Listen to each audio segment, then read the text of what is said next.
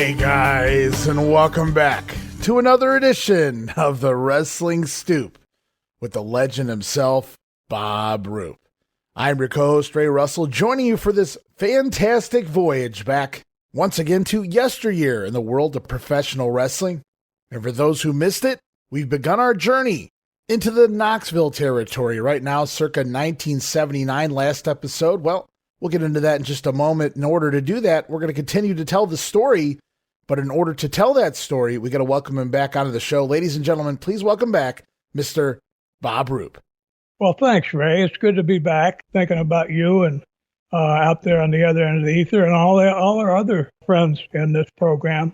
Hello to everybody, and really glad to be back talking to you.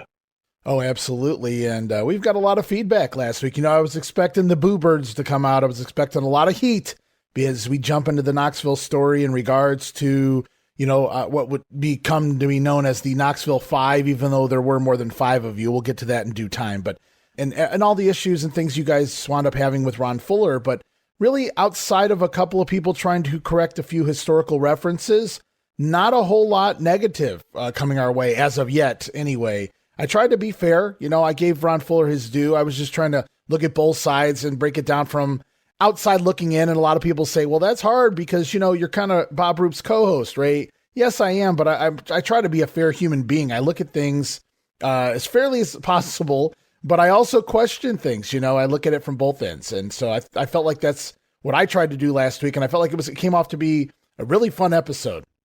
Well, I agree. I agree with you. One thing, I got to hand you a compliment, not like a stooge here, but you won't tolerate me bashing people, which I haven't tried to do. Mm-hmm. I haven't made any moral judgments on anybody. I just tell what the behavior was, and people can make their own judgment. I've never said that Ron Fuller was a blank, blank, blank, blank, blank, blank, blank, no good, blank, blank, blank. I just talked about our interaction. And people can make their own decisions about if they have the ability to put themselves in my place, then maybe that gives us a chance for our story to have credibility. If they're not willing to do that, if they're big Ron Fuller fans, which is fine. I mean, Ron comes across like a real regular, nice guy and everything on his podcast. He's trying real hard to get viewers and keep them. So, he comes across as Mr. Nice Guy. But as we talked about last week, some of the things that went on in the Welch Fuller promotional history, there was a lot of really untoward things. Right. I think a lot of that was Roy and Lester Welch. And it's, even, I got to say that even for Ron Fuller, it's unfortunate that on down the line, the grandchildren, like a Ron Fuller, have to live with that connotation. That no matter how good of a promoter he tried to be, I'm just saying, or no matter how well he might have paid, no matter what he did, if he did everything right, Bob, in the back of some people's minds, he's still a Welch. And he had to live with that, unfortunately, right? Now, I do know there were some good members of the Welch family, if you will, as far as some of the other brothers and things from that ancestry, the Roy Welch, Lester Welch era. But those were the two most well-known, the two biggest promoters of the group, I do believe. And unfortunately, they were also reportedly the two shadiest. And so that kind of trickles down. And we've talked a little bit about Buddy Fuller in the past. He could be a little bit of both, it sounds like to me. And Ron just kind of falls into that. And I was speaking with Knoxville historian, well, I would call him wrestling historian, Bo James last week after we recorded. And Bo spent a lot of time with Ron Wright in his latter years. And he picked his brain about his entire career. And obviously this was part of it. And he said he felt what he got from Ron Wright was that he trusted Ron Fuller completely until things went awry there, until that whole taking Johnson City thing went down. And immediately Ron Wright in the back of his head thought to himself, well, there it is. I knew he was one of those Welches after all.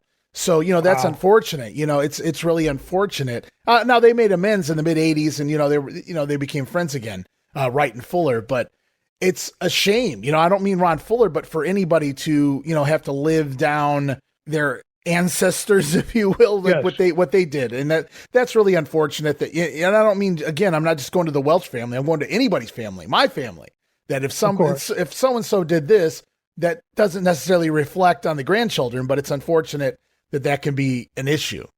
Yeah. If you're a descendant of John Wilkes Booth, of course, was the guy who assassinated Abraham Lincoln. Yeah, you're probably going to change your name, if you're 5 generations down from that. Because the family, I talk to my boys about that all the time, about our family name. My name is Roop, and so is theirs. So I'm going to work real hard not to do anything certainly at this stage, not to do anything to tarnish our name that they have to live with. Right. You're Bob Roop's son. Oh, man. Oh, well, your dad was a real bum. Well, if I was, and they could credibly say that, that's a horrible. Can you imagine? You could leave your kids $1 million a piece, but if you leave them with a bad name, they've really gotten the lousy end of the deal. Right. Because money isn't enough. If look at, I'm getting off subject again, but look at Vince McMahon. Sure. I mean, I don't have to say a word about what went down, but any wrestling fans, Vince is a billionaire, but his name is right now is just really, really, it's like 2 cents waiting for change because of these allegations that have come out against him. Right. That he is not able to defend. Yeah, and that's an object lesson. I don't know Vince McMahon personally, so I'm not going to make any judgments about his behavior, but it's all out there. It's all, everybody knows all these things that he's purportedly has done that he's had to pay off or whatever for his children having that name. I mean, how to go from, how can, you got $1 million in your change purse and you don't want to go out because people, there's a McMahon. Yeah. So having a good name is invaluable. Well, as we get rolling, we're going to continue that story now. We talked about a little bit last week of what really started the seeds that were planted. You said it wasn't necessarily some of the production things going on with Les Thatcher changing some of the camera shots inside the TV studio when you're trying to tell your stories. You corrected that on your own. You went and talked to the proper people to make sure they were showing what you wanted aired. But instead, it was really more so about the money, the issues up there in Kentucky. You notice maybe some double sales on some tickets and whatnot. You went to Ron Fuller. I'm just recapping real quickly, guys. And Ron really didn't want to have anything to do with it. He says he couldn't believe it, and he never really investigated. I think on Ron's version, he said he did have somebody go and investigate it, and it was found to be untrue. But that's neither here nor there. That's not what I'm getting into right now.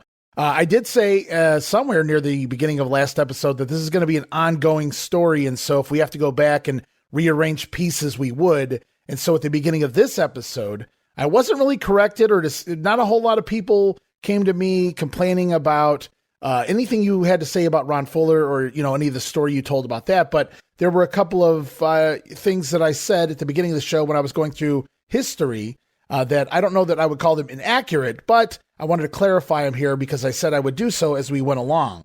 And just going to do that real quick, Bob, and we'll get right back into your story. Oh, good. Oh, yeah. So last week I had mentioned how Roy Welch had called and tried to get 10% of the gates from Ron in Knoxville. Apparently it wasn't Roy who made the call. It was actually Nick Goulas, but they were partners and Roy was in on it still. So he wasn't, the grandfather didn't actually make the call to try to rip his grandson off, but he went along with it. Nick Goulas is the one who made the call, but Ron Fuller did call Roy Welch and say, this wasn't part of the deal that I had arranged when I purchased Knoxville to pay you guys anything. And so rather than Roy Welch say, well, that's all right, grandson, because we don't own it anyway, he just played along still like, all right, well, I tell you what, I'll let you keep that 10%. So I was 90% accurate there, but I wanted to clarify it was Nick Goulas, apparently, who made the initial call to Ron Fuller and said, we want some of that money, son. There you go. Another piece was Ron Wright. I had speculated, I couldn't remember which city it was. I said it was either Johnson City or Kingsport. I just want to clarify it was indeed Johnson City that Ron Wright felt he had rightfully owned.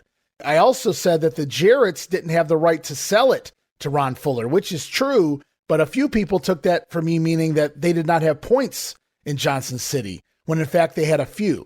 When I said they didn't have the rights to sell it, I meant they had a very minority stake, and thus they had no rights to sell the entire city to Ron Fuller, since Ron Wright owned the majority of that city. That's a good point, but if you go back, we go back a few months, and that situation in Atlanta with Ann Gunkel. where the powers that be, the Eddie Graham and Buddy Fuller and all those guys said, well, Ann's got 52 points or whatever in the company, which was, Ray Gunkel's points. And, well, we're just going to end that company. So those points are worth nothing. And we're going to start a new company. So the points are, you don't have something like a franchise with a contract written up that's recognized by some kind of governing body. Right. It's all done. It's all done down at the pants pocket level of like cash going in one pocket and out of one pocket into another. And, as far as legal, it might be legal, but very few people have been able to prove anything in court because usually there's no proof of anything. There's no documents. It's all word of mouth.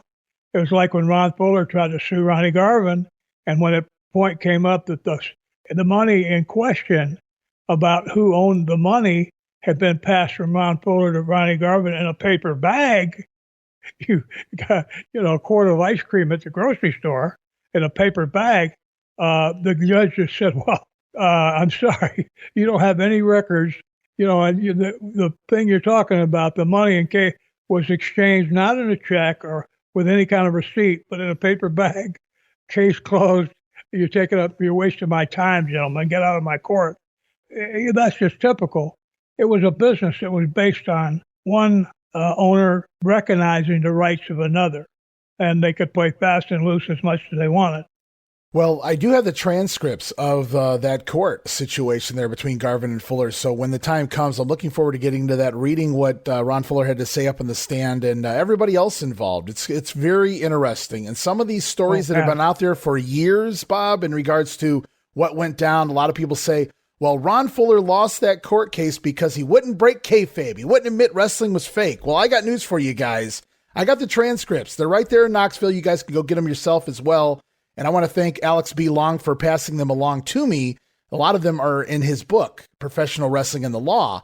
However, I've got a little bit more here, and it's very interesting. But the very first thing he's asked, and I'm paraphrasing here, but is wrestling a work? Ron Fuller's direct answer is yes. Is wrestling scripted? Ron Fuller's answer is yes. So anybody out there that's told the story that the reason he lost that court case was because he wouldn't break kayfabe, the very first thing he is asked is if wrestling is fake. And he's absolutely adamant that sure it's fake if it means I can get my 15 grand back. So, but we'll get into that and hey, I don't blame him either, Bob. I got to be 100% honest with you there. 15 grand then is like 60,000 now or whatever the case may be. Of course. I'm total support of what he did. I'm just saying there's other narratives out there that just aren't true. And we'll get into that when we get to that part of the story. But right now, and another thing I heard myself say, and it could be taken out of context. I didn't get contacted about this from anybody, but I wanted to clarify for my own sake. Last week when I said Ron Fuller goes and buys Johnson City from Christine Jarrett, and he comes back and tells Ron Wright, hey, I bought a new city. I bought Johnson City. And I said, Ron Wright said, hey, I already own that city. I didn't mean he verbally actually said that out loud. I meant in his mind, Ron Wright was thinking, I already bought that city. How the hell do you own it? Right? They never actually discussed this. And that's what lay dormant between these two was Ron Wright's walking around thinking this guy stole my city, but never telling Fuller, hey, I own that city. Meanwhile, Fuller had no idea that Ron Wright owned the city. So they had some issues that neither guy was really talking to either about until another 6, 7, 8 years after this. Well, looking back at that, that's all news to me. I mean, the details. Mm-hmm. I heard about even Ron Wright being in the offing for that town or having ownership. First I heard of it was last week or last time we taped. Yeah. But, looking at that now, if Ron Wright didn't contest Ron Fuller about the town, Ron Wright was a very smart, canny, wise person. So, no, he wasn't going to say anything to Fuller because in any kind of if you read Sun Tzu, the Bible about warfare, one of the things is he said, keep your enemies close. Mm-hmm. And so if Ron Wright got into a big schmozzle, like a court case or suing him or something with Ron Fuller, he certainly wasn't going to be working for Ron Fuller and making a payday and being in any kind of position like having a good income and being in a position on the inside to be able to make up a case. about who had the rights there. So that Ron didn't say anything about it, I don't have any problem at all with that, because it wouldn't have done him any good. Right. He didn't have any power. He didn't have any promoters, Jared or Fuller or the people in Atlanta or Florida. He didn't have any of those people on his side. Ron Fuller had all those people on his side. He had his father had the points in Florida and Memphis at this point. Yeah, and so Ron Wright would have been completely like one man against an army. Right. So I don't blame him for not saying anything. I mean, it doesn't do you any good, because just like we talked about a few minutes ago about the paper bag with the money in it, when you go into court, the first thing the judge might say is, well, before they even accepted it as a court case, well, show me some documentation of how you own this town, sir. You know, can you show me your franchise papers, or is there some licensing establishment that gives you, is generally accepted by everybody, like a Major League Baseball or football or basketball franchise, the NBA, you know, the professional. Do you have those rights somewhere that you can show us as documented that you can prove? Well, of course not. There isn't any. I don't know if anybody of those promoters, I don't know if anybody ever put anything on paper, because they didn't want to be held responsible. Yeah, I think anybody with points never. I don't think that was ever documented outside of verbal agreements to a degree. I know a lot of the promoters would put something in their name just to open a business. In regards to creating a digital line that we cannot see, an invisible line of a territory.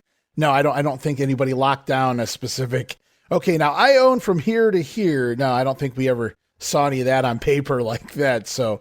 But I see where you're going with that, but that also explains why Ron Wright would be gung-ho to work with, you and Bob Orton and yes. Ron Garvin and et cetera, because, hey, I've been putting up with this shit long enough, and now I think maybe something's going on, but you know what? I wanted that city back anyway. This is a perfect time to take the Tri-Cities there, which is what they call it, Johnson City, Kingsport, and I think, is it Bristol?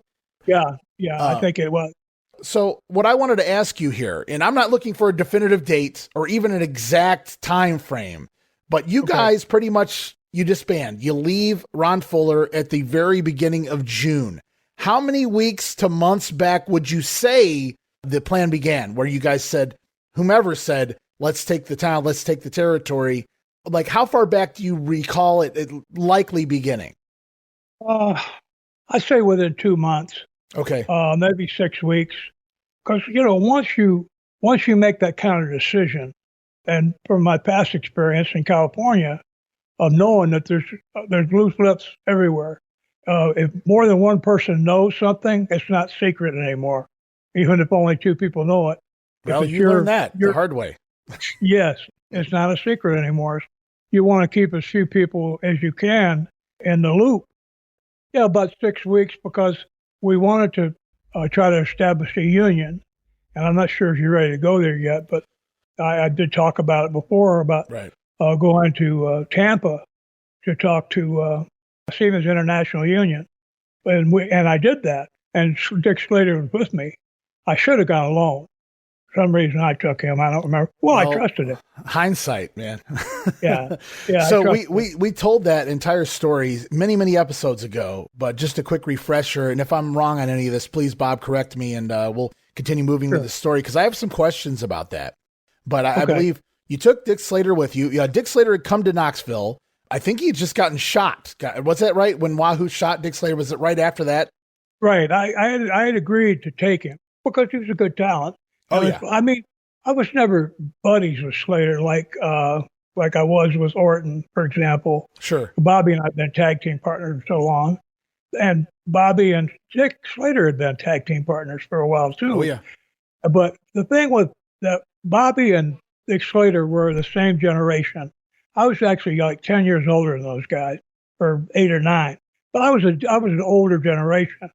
And so if I was Bobby Orton and I was thinking about who I might relate with the most, I would probably be with Slater as opposed to me, because I'm like in a different generation than him. So he might feel more in sympathy and in terms of values and all that with Slater. They might have a So, lot more in common, and just in yeah, the way they grew up, the music they listened to, the things they watched, et cetera, et cetera. I get it.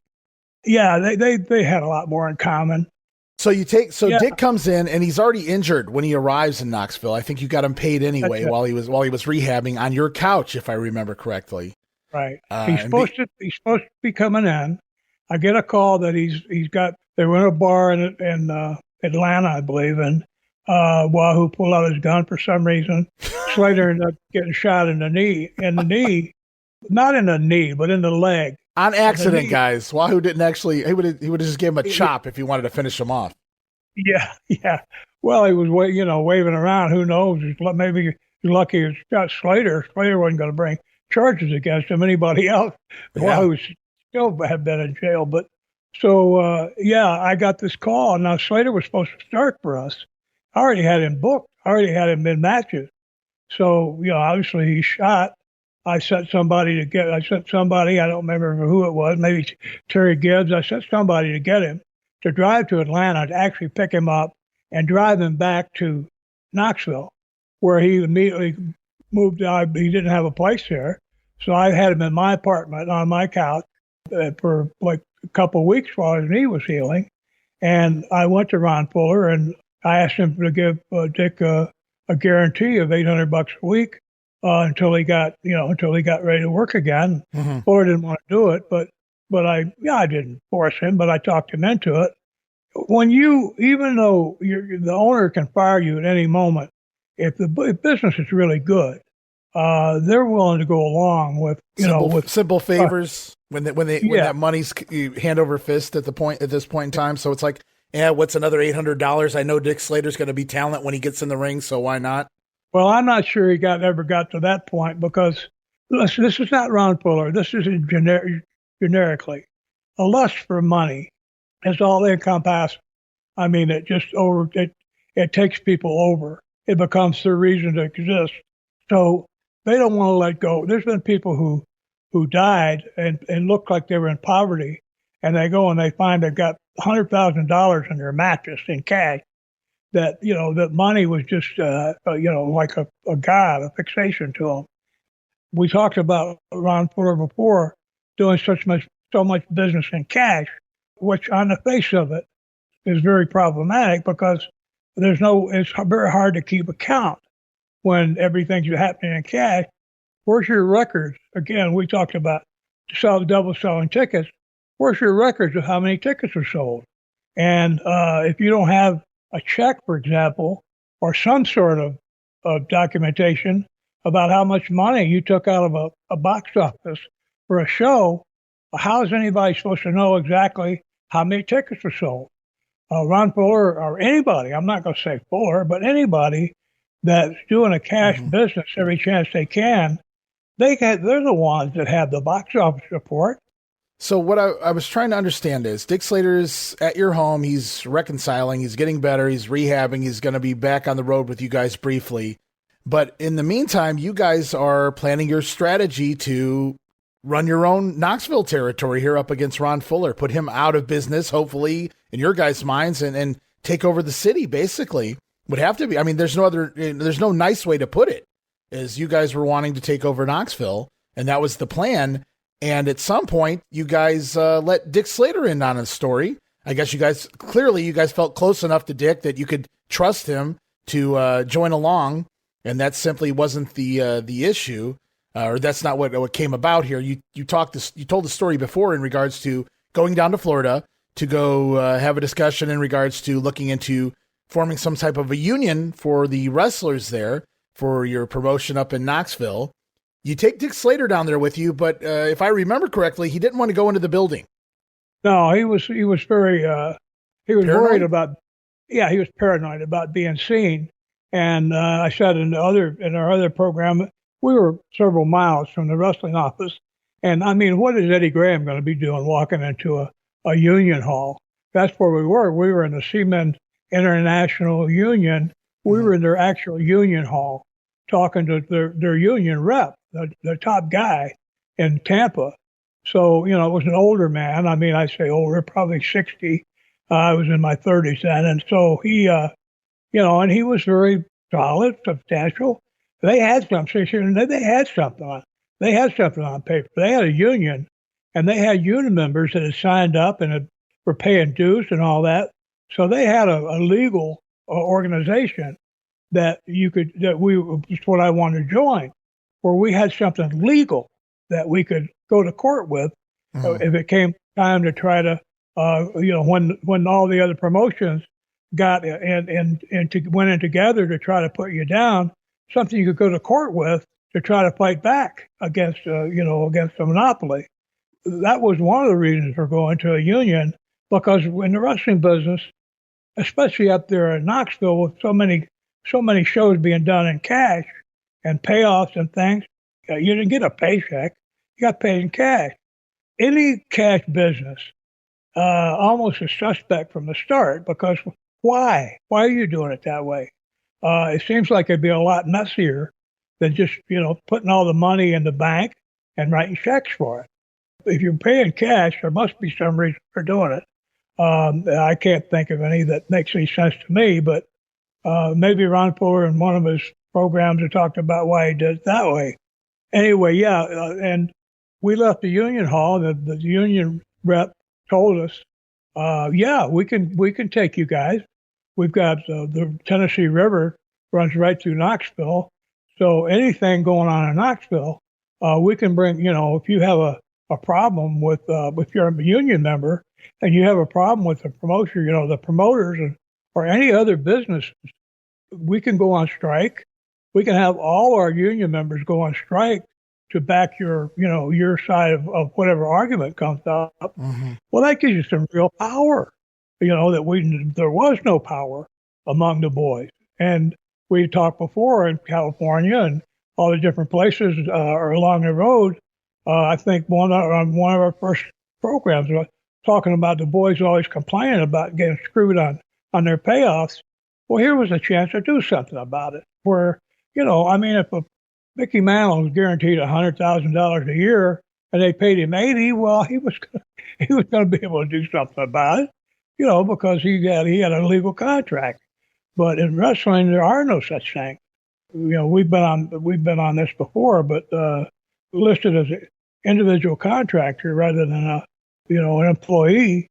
Although you're an employee, they tell you everything to do, so you're definitely an employee. But for your employee, they got to pay medical. They got to have medical for you. They got to have workers' comp. So it was much more expensive if you were an employee.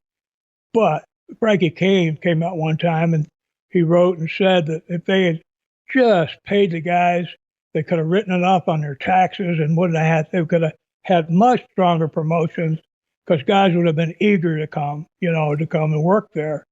That's a big if promoters did that. If a bullfrog had wings, it wouldn't bump his ass when it hopped, right? I mean, that's just you're asking for a lot there to see the promoters do that. And you guys weren't the only ones that tried to start up a union. Thunderbolt Patterson tried it. Jesse Ventura, he tried it more than once in the WWF, and that's ultimately what led to his demise in the company in 1990. Honestly, he likely would have been gone in 86 when he tried it the first time, but he became a big movie star, and there was money in that. And Dick Ebersol over at NBC loved Jesse and had to keep him around for Saturday night's main event. So Jesse stuck around, became, obviously one of the top announcers of the 80s. And he was there until the summer of 1990 when the rumors came around again that Jesse was talking about a union, and Hulk Hogan got wind, brother, and had a word with Vince McMahon. And that was basically the end of Jesse Ventura in the WWF. So obviously promoters, they don't like to hear that word union, and it'll get you canned. And in this instance, you guys were doing it on your own. You guys were going to go start up your own company and form a union, not try to work against Ron Fuller and say, hey, Ron, we're going to force you to have a union. So this was you guys trying to do your own thing. You get back in the car. Did you guys go straight back? Because I think this is where you told me you stopped off. Maybe Dick Slater made a visit over to the Sportatorium or the Snake Pit. Yeah, when we left, I'm not sure how he got there. He might have come down with me, but he didn't go back with me, back to Knoxville. I don't know how he got back.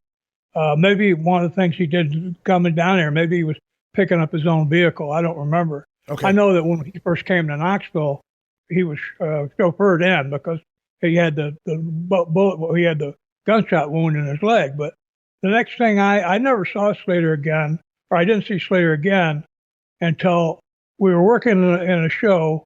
When I got back to Knoxville, Ron Fuller called me and asked me to come over. And boy, the dynamic had completely changed. The 2 times I had been over there complaining about the ticket selling, he had been really defensive, and he did a thing. Shakespeare put it, "She complains too much, methinks."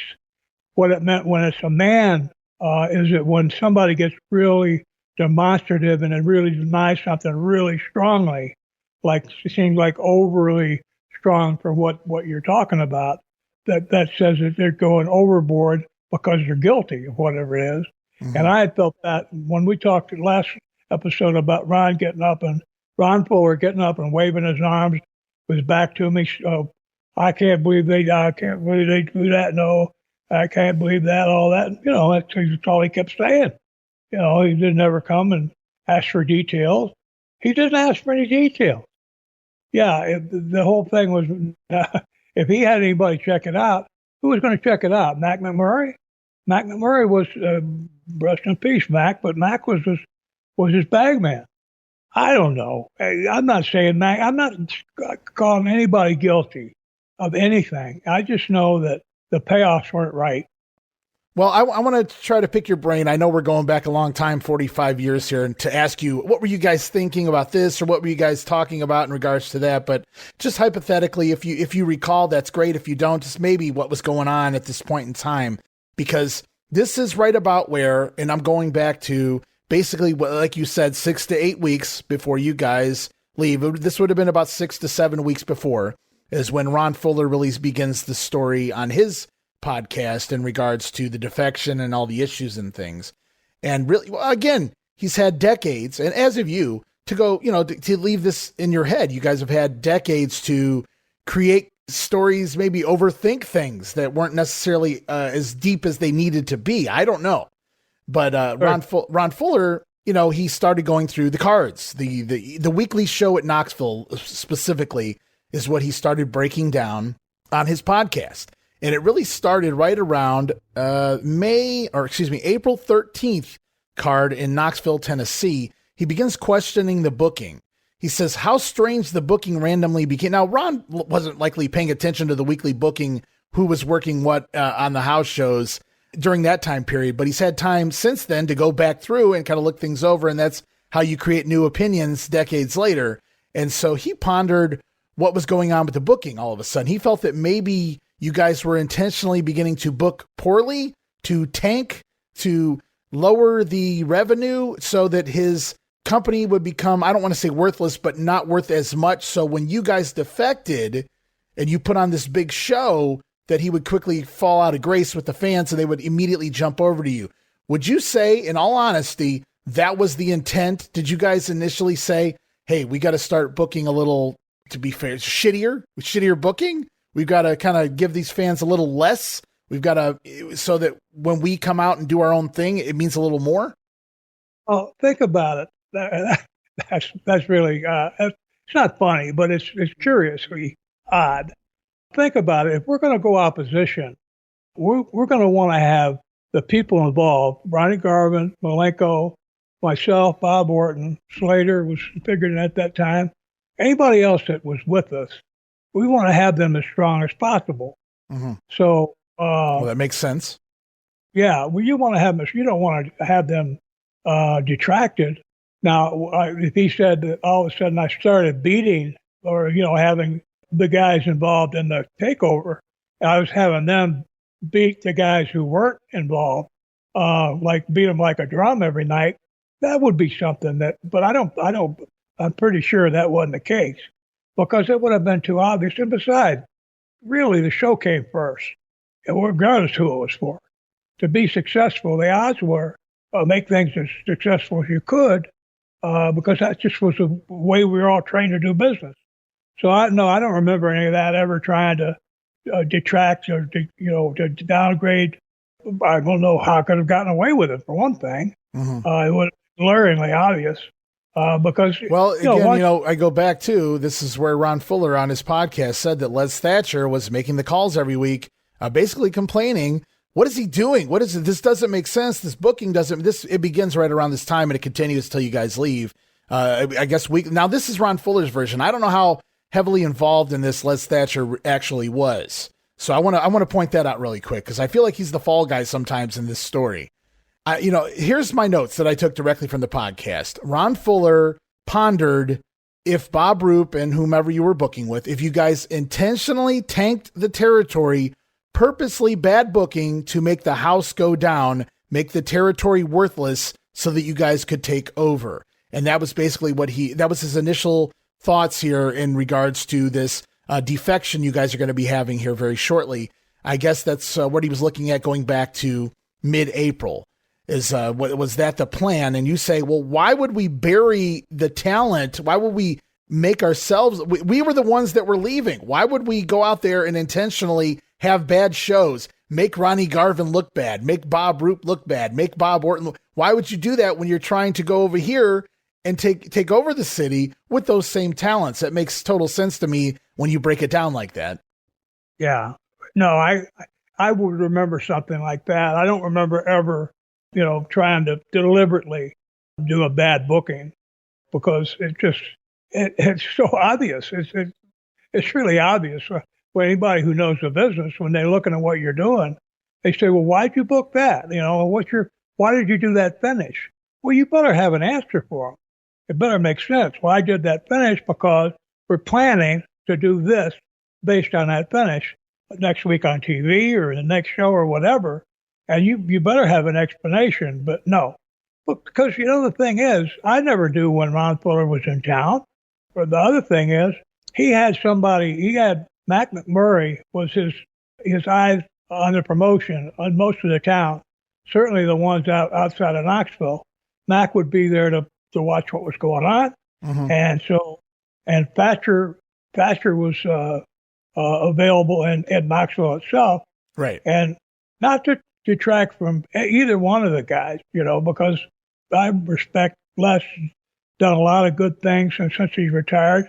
But going back to that time, let's look at, if you're Henry Kissinger and you're an expert in international politics, political matters, and you're getting some people you want to help you, with your philosophy and your plan. Are you going to take somebody who's accomplished and has a pedigree and has a track record of success in that thing? Or are you going to take some guy who just graduated from college in political science and you're going to bring him up to that expert level? Well, you're not going to take the new guy. And when you look back at who's saying what, this is not to bury Les Thatcher, but Les Thatcher, his opinion, as far as it being informed, well, you're getting his opinion. He's offering his opinion about what he thinks for the show, about the shows. What is that opinion based on? Now, it wasn't just me. I mean, I've been a booker for a couple places. I've been trained in Florida, but also I had Ronnie Garvin and Larry Simon, Boris Valenko. I had those two guys in the Brain Trust. You think the three of us together aren't going to be able to come up with the most the most well thought out, well planned strategy for moving, not just for how to handle this week, but 6 months from now or 2 months from now. Mm-hmm. We were building programs, not just weekly shows. So, a lot of thought went into a lot of things we were doing weren't based on what's happening this coming week. It's based on what's happening next month too, and the month after that. And Thatcher never saw any of that. I wasn't sitting down with him talking about my booking. Right. I don't know how much of a fall guy Thatcher is in this story too. I don't know how much Les was actually going back and saying. It's just his name comes up an awful lot throughout the podcast, Fuller's podcast, when he has to reference where he got the information from. And so I don't know how much of that was truly Les and how much of it wasn't, how much of it was Ron kind of adding to it based on his personal emotion at the time he was telling the story and whatever the case may be. So, before we get lost in the shuffle here with everything going on, Dick Slater returns. But as you said, you had already had these other conversations with Ron in the past in regards to the ticket issues. And now you come back and you have a whole new conversation with Ron because the cat's been let out of the bag. Dick Slater has given word to somebody. I don't know if it was Eddie Graham or if he made the phone call up to Ron Fuller. But by the time you get back I'm assuming Ron Fuller already knows what's going on, or at least shortly thereafter. Ron Fuller told me that he got a phone call from Eddie Graham. Okay. And that Eddie Graham had told him that Dick Slater had come by the office and told him that he'd just been in a meeting with me with the union rep. See, that was a part. Just if it had been just meeting with a union rep, I could have gotten out from under that. That's just personal curiosity on my part. But I'm talking Ron Fuller. Right. Look, I was just curious about. I happened to be in Tampa, and anyway, I was just talking to him about a union. But no, we're not planning anything. But Slater knew that we were planning an opposition. Yeah. We in our mind, we'd already gone. We haven't left yet, but we were planning to. Right. So, yeah, having that information and going to Graham with that. And again, now with Fuller, and to this day, I every time I say it, I'm ashamed. I lied to Fuller. I told him mainly, I took credit, I took blame for anything I did, but I denied Ronnie and Malenko or anybody else had anything to do with it because, I figured I could just leave. I could just go ahead. Now, this is the meeting with Ron Fuller right after Knoxville, where Ron Fuller calls me in. He tells me, I know what you're planning, blah, blah, blah. Yeah. And I could have taken and I did. I took not trying to be a hero here. I thought, we haven't. There was no reason for the entire ship to go down, basically. Right. Exactly. Absolutely not. So I took the blame, and I said, I'll give my notice. Okay. I've been here a while anyway. Maybe it's time to move on. Before I gave my notice before he could fire me. That's the thing that kills me the most, and it happened in San Francisco, too, and I mentioned it briefly last week.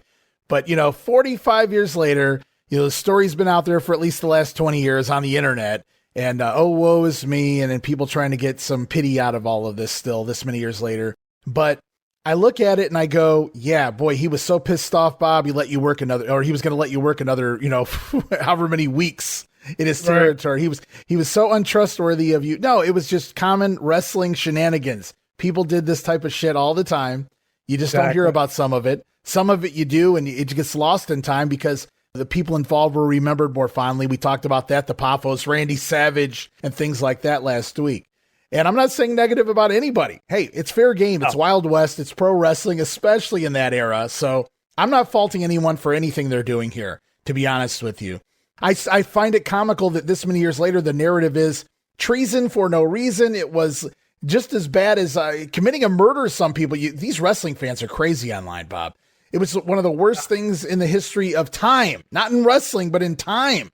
Going back to the Bible days and the stories. And I mean, and yet it was so bad that the promoter himself said, yeah, Bob, go ahead and work those 2 weeks. It blows my mind how this story has really been taken, made a wrong turn in Albuquerque a long time ago. He could have said, yeah, well, okay, you give me your notice. You don't need to give me 2 weeks. You're done. Right. You're done now, which would have been fine. And I mean, if you get caught, you get caught. What are you going to do? You deny it? I did deny it. But I said, because of this bump in the road here, I'll just go ahead and move on. I figured that was the best thing I could do to protect those other guys. If we were to remember the story from last week, where you weren't really happy with things, you weren't really happy with the way Fuller addressed your questions in regards to the money up in Kentucky. So you go in your version of the story, because Ron has his, and I'm sure other people have theirs as well. But you go and you tell the guys, hey guys, your friends that are there in the territory, specifically the Brain Trust, Malenko and Garvin, the guys that you were booking with and working closely with. And you tell those guys, hey guys, I'm just going to give my notice. This is not working out the way I wanted it to be. A lot of people have said over the years, why didn't Bob just give his notice and leave if he didn't like it? And that's basically what you said you were wanting to do here. And they said, well, now hold on. We might have something here. And Ron Garvin is the guy you says, let's just take it. Let's just take the territory. And so with the Hulk Hogan level, the Dusty Rhodes, the JYD-esque level babyface, Ron Garvin, the man here in the territory, if you could have him under you, I mean, obviously that would be a big coup. And then Ron Wright being from that area and knowing everything and being able to walk in and maybe get you some TV and things like that, maybe he could come into play later. And of course, Boris Malenko, a proven commodity throughout history as a wrestler but also, obviously he had a lot of great ideas as well. So this might shape up into something. You guys start putting together an idea of what you want to do. Then comes the union story. You go down to the union thing. Dick Slater goes to Eddie Graham. He rats you out to Eddie Graham. Eddie Graham calls Ron Fuller. Now Fuller knows what's going on. Fuller calls you over to have a conversation, and he says, look, I know what's going on. And you're like, well, I'm going to fall on the sword here, but not fall on the sword. I'm going to deny it, but I'm definitely not going to add anybody else's name into this, which was pretty cool of you. So you go and you deny it, but you're like, you know what? I'm going to be done anyway. You verbally give Ron Fuller your notice at this point, correct? Right. Because there's no, before he could fire me. Right. He hadn't said, I don't know, maybe he was waiting for me to deny it.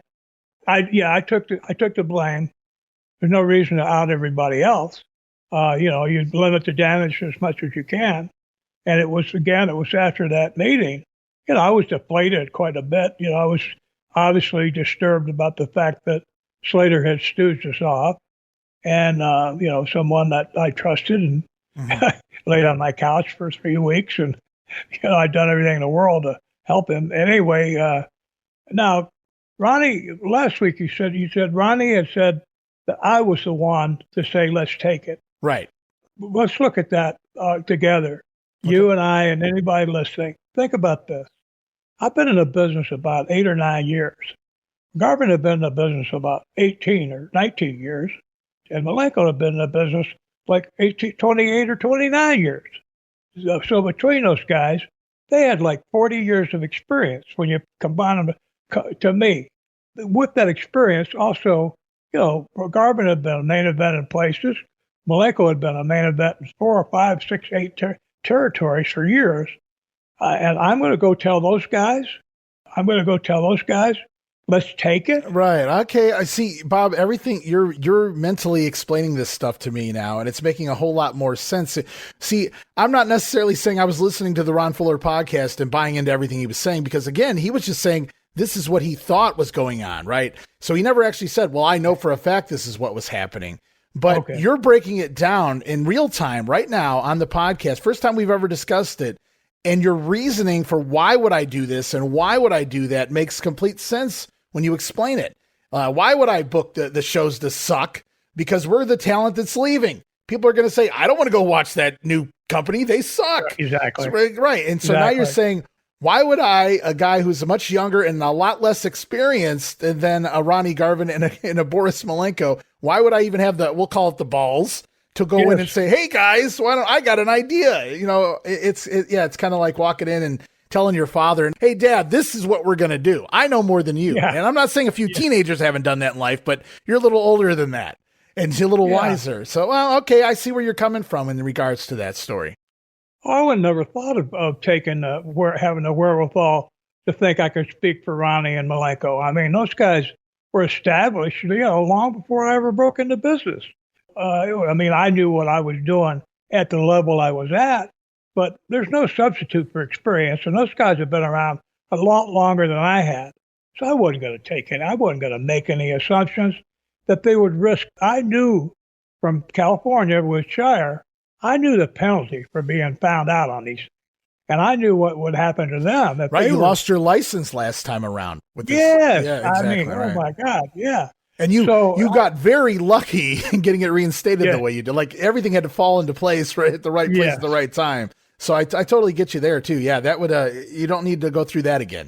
So yeah, but how do you forget things like that? Who says let's take it?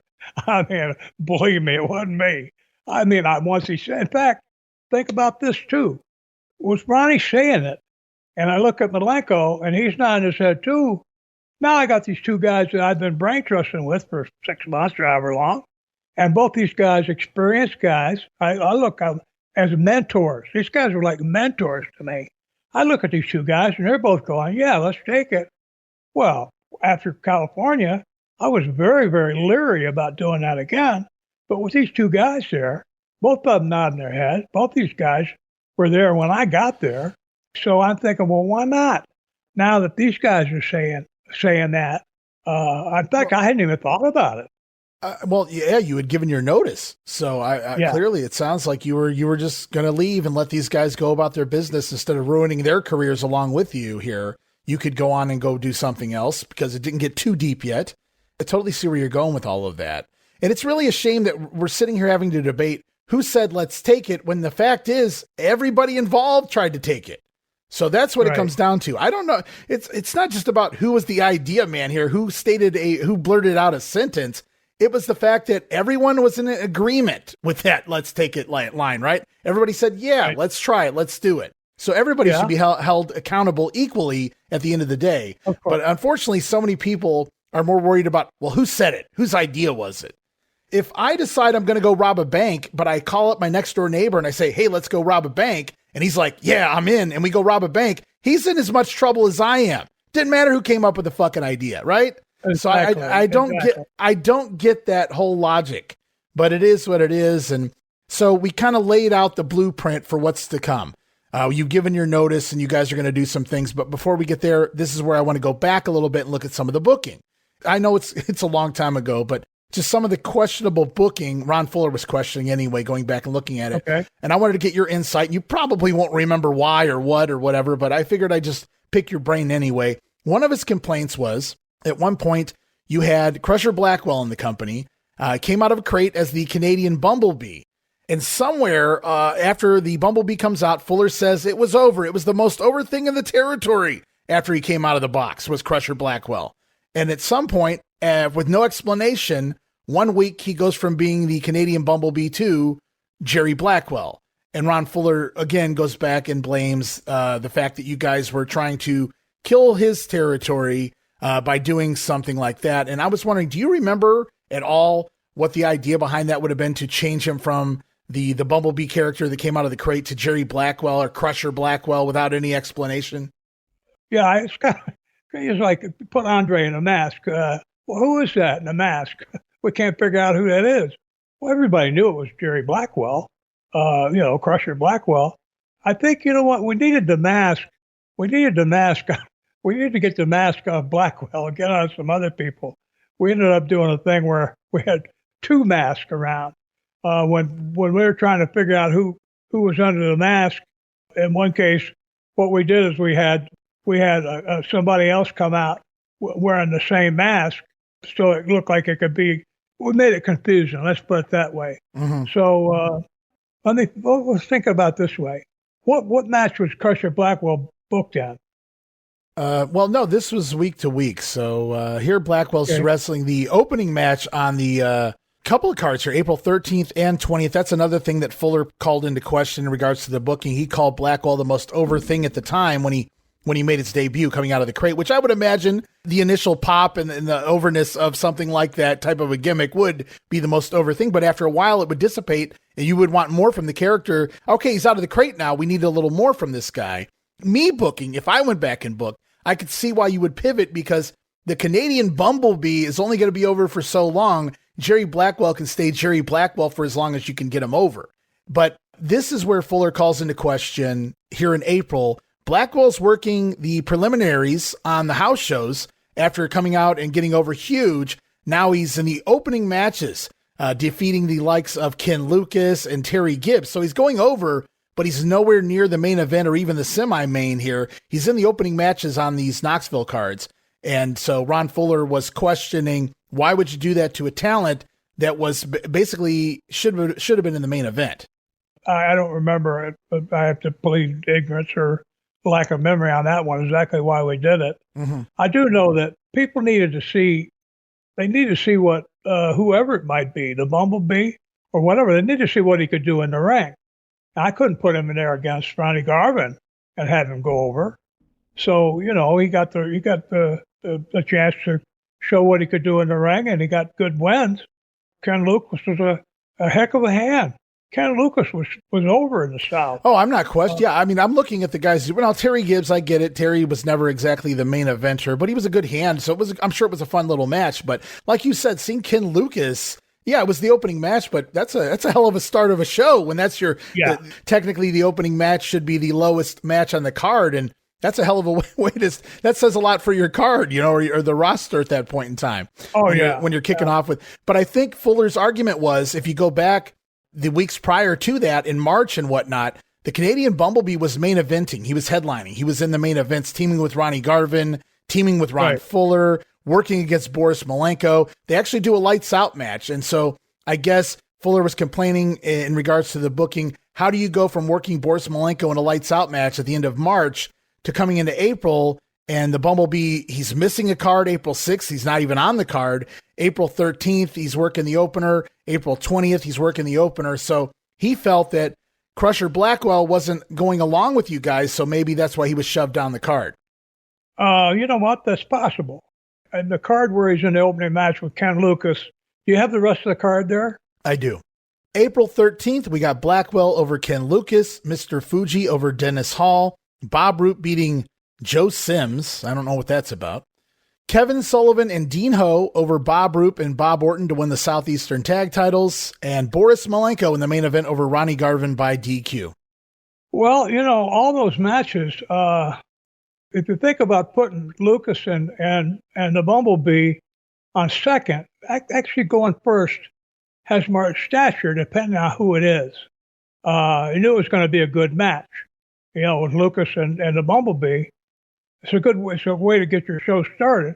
And all those other matches were involved with people who were, I believe, were over more than had something going in terms of angles that we hadn't gotten to yet with Blackwell. Now, again, I don't have all the information in front of me, even in the files from my brain. Mm-hmm. You can take any situation and put your own reasoning to it.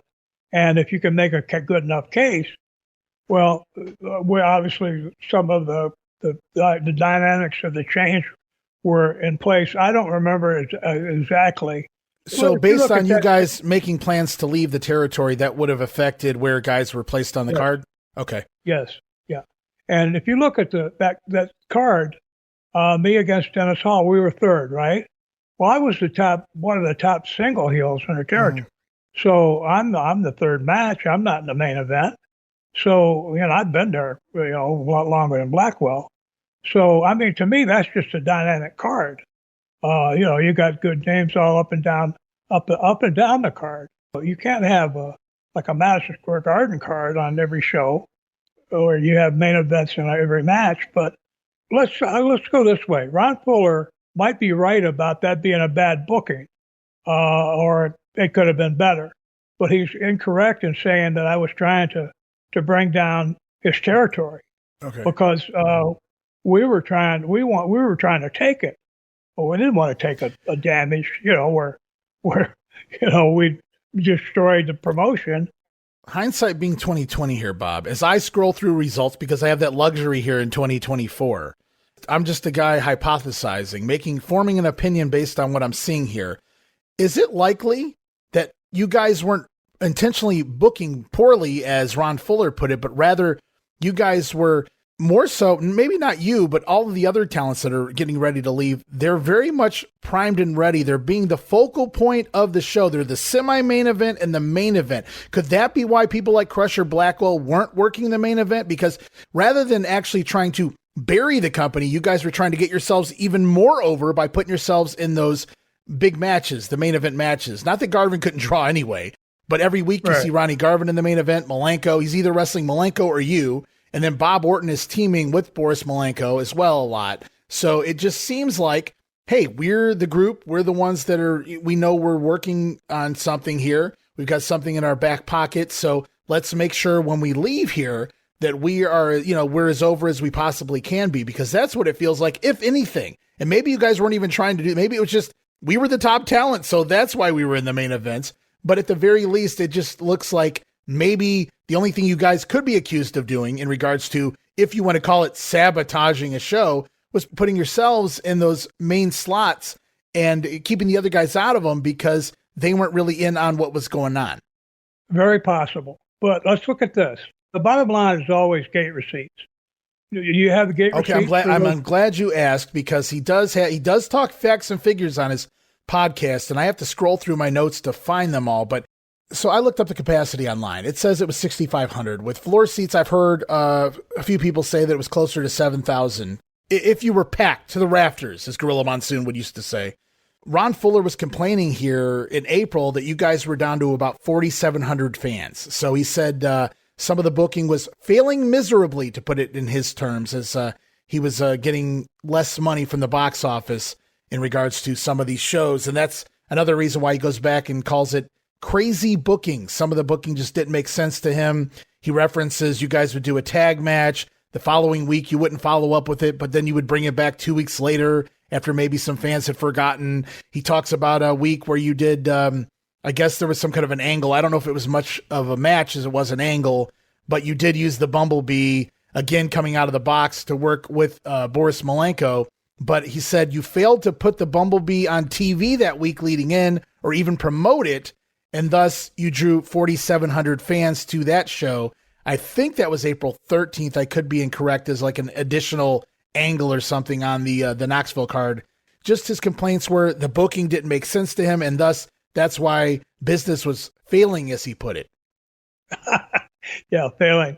What do you have the specs or the stats for the week after the 4,700? I got to scroll through my notes to do it. I took so many notes here because he breaks down basically every house show. And I do know that it goes up and down. It's not like it just continues to tank. It's all over the place. April 20th is actually at the Jacobs Building in Chalawi Park, or however you pronounce that. So basically, I'm just trying to, anything you might remember. That's why I'm picking your brain here. Even if you don't remember, maybe it'll jog something, something you haven't thought about since that time period, or maybe you can guesstimate why something was going on. Another complaint he had during this time period was you dropped the cards from 6 matches to 5. And I do see that fall off right around the time, maybe a little before this would have started going down, this conversation you guys were having about leaving. But the card does drop from 6 matches a card to 5, and Ron said he was very upset with that. And then he actually finally had to contact you, call you, and tell you to bump the shows back up to 6. And for a few weeks, it goes back up to 6, and then it goes back down to 5. And again, obviously in the back of Ron Fuller's mind is they're purposely doing this. They're offering less wrestling out here, and thus we're not drawing as much because of it. And again, that's just another complaint he had in regards to, do you remember changing the amount of matches on the card and why you might have done that? Because 5 does seem a little light, especially when the promoter's telling you, I want 6 matches on the show. No, I don't recall exactly, but it seems like I would remember that. And I also don't remember Ron Fuller giving me any directions in terms of, he might ask me something. Even if Knoxville wasn't sold out every week, we were doing good business everywhere. They didn't have sellouts everywhere when I got there. And the other thing is, let's look at history. Ron Fuller's own history of what he's not admitted to or has let out of the bag. He had Les Thatcher basically hindering my booking, right? Les Thatcher had the ability to affect a TV show, and when I was in the box, that could have had 3 times the effect of what it had if they had done it the way I asked them to do it. And the point I'm trying to make is, how can Ron Fuller, he admitted that he had Les Thatcher as his agent, whatever, represented his interests. Mm-hmm. How can he lay all the blame of any lapse or anything on me when he was interfering in my booking? He wasn't leaving me alone to just see how I did on my own. He had Thatcher messing around with me with the booking and what we were trying to do. It seems like it started at some point, though, Bob, because you were booking for a good 7 months by the time these issues start. And it's kind of funny. You talked about the money issues. You talked about likely around somewhere around early to mid-April here. It would have been when you guys started making some plans based on the booking changes, based on everything we can both come up with. You said it was probably 6 to 8 weeks prior to you guys leaving was when the first seeds were planted in regards to the idea of running your own business. And so we do see some shifts and some changes here. And in the middle of all actually, I should say near the beginning of all of that, is a tar and feather match between Ron Garvin and Bob Roop on April 20th in Knoxville. I know you're going to wind up in the crate and all that good stuff where the camera wasn't in the issues you were discussing with Thatcher, talking to the producer or whoever that is in charge back there, the director of the cameras and whatnot. But So I'm not sure if it happened prior to or after that, but it seems like it would happen right around that time. It would only make sense here on April 20th. You guys do a tar and feather match at the Jacobs building rather that week. It's Ron Garvin going over, so obviously you're going to get tarred and feathered. That was another complaint he had. Ron Fuller had stated on his podcast he had never heard of such a thing, never seen such a thing. When that is the most Memphis thing you could possibly ever do is tar and feather someone. Ron Fuller claiming he had never heard tell of that, and that was just too hokey and too Mickey Mouse for him. And meanwhile, I go back and I have somebody send me results of shows in which Ron Fuller participated on that also featured tar and feather matches. And for those of you who don't know what one of those are, it's when you lather a guy up, he loses the match, and then you cover him in honey or syrup or something sticky, and then you dump feathers on him. He's tarred and feathers. Yep. He's humiliated. And Ron Fuller's stating, he really goes to great lengths on that episode of his podcast to pretend like maybe he just did not remember. I have no idea. But he said, I had never even heard of such a thing at that time. And boy, I can go back and look up some results and see that, yeah, Ron, you were on a few shows where they did that. I'm not saying Ron was directly involved in said match, but there's no way he had never heard, especially being in the South, of a tar and feather match. Of course. That's like saying that Don Fargo never heard of a hard way. Come on. Well, Ron seems to be going to some lengths to blacken my name, but I'll tell you one thing I do recall. The night that Ron Wright in Hazard or Harlan, the night he showed me that I saw that tickets were being sold, double sold. Yeah. I went from, if my happiness and joy and whatever of being in the territory was, say, at 100, it went down to about 40. Because when I realized that had been going, I had to assume that had been going on all along. Well, I've been the booker for a while. So how much, it wasn't just that I was making money, how much money had already been stolen from me from not being paid correctly based on what the house actually was. I totally get that. I went from the top of the mountain down to the bottom of the shithole because, it's just all that crap that happened and that affected my whole career. I've been moving from place to place trying to get fair treatment. And so here I am thinking everything is great. I mean, business is great. So it's not sold out. Oh, I'm sorry. It's only 3/4. They'd have been great out if Cow Palace was 3/4. Shires would have been thrilled. He could have stolen an extra $50,000. So, for my order to complain, oh, yeah, it didn't sell out. Well, geez, that's what a shame. But how did you lose money? No. Right. You made money. It wasn't like business was down everywhere. Well, I think Ron's argument was you guys were doing great business, but everybody has a lull, right? You have to go down in order to go back up, right? So I'm not making excuses here because Ron, and he's had decades to overthink this. Both sides have. Everybody has. I mean, just give me 2 years and I can overthink something, much less 45. So Ron's sitting here basically saying, and he's had time to think, what was the intentions? Why would you do this? You have to come up with all these different scenarios because you want an answer in your own mind as to what was happening. Did this guy do this? Did this guy do that? What week did it go down? This would have been a perfect opportunity. So he feels that you guys are purposely trying to depress the product to hurt his business in order to kill the promotion. And you said that would be completely ludicrous. Why would we do that? Because we're going to go run our own territory in the same city. Why would we bury ourselves right before we're getting ready to try to run against Ron? It totally makes sense where you're coming from there. And again, I don't think that it wasn't like Ron said he knew this for a fact, but this is one of the ideas that he had, what was going down at this time, what was happening. And that's just somebody, I think in that instance, overthinking things because it's like, it wasn't that deep, Ron. We were just trying to get out of here. And we were booking and biding time. We didn't want to use our best stuff because maybe we were going to save that for when we left you. But you guys were still not phoning it in. You guys were still going out there and giving those fans 100% every week.